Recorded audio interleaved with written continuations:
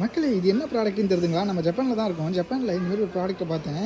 இது எனக்கு ஃபர்ஸ்ட் என்னன்னே புரியல. அதுக்கப்புறம் நல்லா க்ளோஸில் போய் பார்க்கும்போது தான் புரிஞ்சுது. இது என்னன்னா, நம்ம ஊரில் ஏன் இது வராமல் இருக்குன்னு ஃபஸ்ட்டு அது தெரிஞ்சுக்கணும். இது என்னன்னா ஃபஸ்ட்டு இங்க பாருங்க. என்ன போட்டிருக்காங்க, எல்லாமே வந்து பாத்திர பண்டங்களை உள்ளே வச்சுட்டு அதை ட்ரை பண்ணுறாங்க. அதாவது அதான் கொஞ்சம் ஹைஜீனிக்காக இருக்கணும், வெளியில் அப்படியே எக்ஸ்போஷர் பண்ணாமல் உள்ளே வைக்கலாம் அப்படின்னு சொல்லி இந்த மாதிரி டிசைன் பண்ணியிருக்காங்க.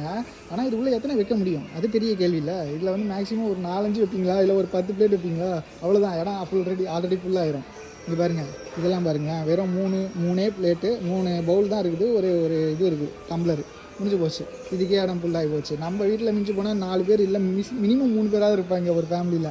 எப்படி அது கட்டுப்படி ஆகும்? இதுனா கூட ஓரளவு மேனேஜ் ஆகும். அதான் ஜப்பானீஸ் கல்ச்சருக்கு இது ஓகே நினைக்கிறேன். நிறைய பேருக்கு இங்கே வந்து அதான் பாப்புலேஷனே ஏறாமல் இருக்குல்ல, கல்யாணம் பண்ணாமல் சிங்கிளாகவே இருப்பாங்க போல். நம்ம ஊரில் 90s கிட்ஸ் இருக்கா மாரி. அதனால் அவங்களுக்குலாம் வந்து இது வந்து செட் ஆகும்னு நினைக்கிறேன். நீங்கள் என்ன சொல்கிறீங்க? கமெண்ட்டில் சொல்லுங்கள், லைக் போட்டுருங்க.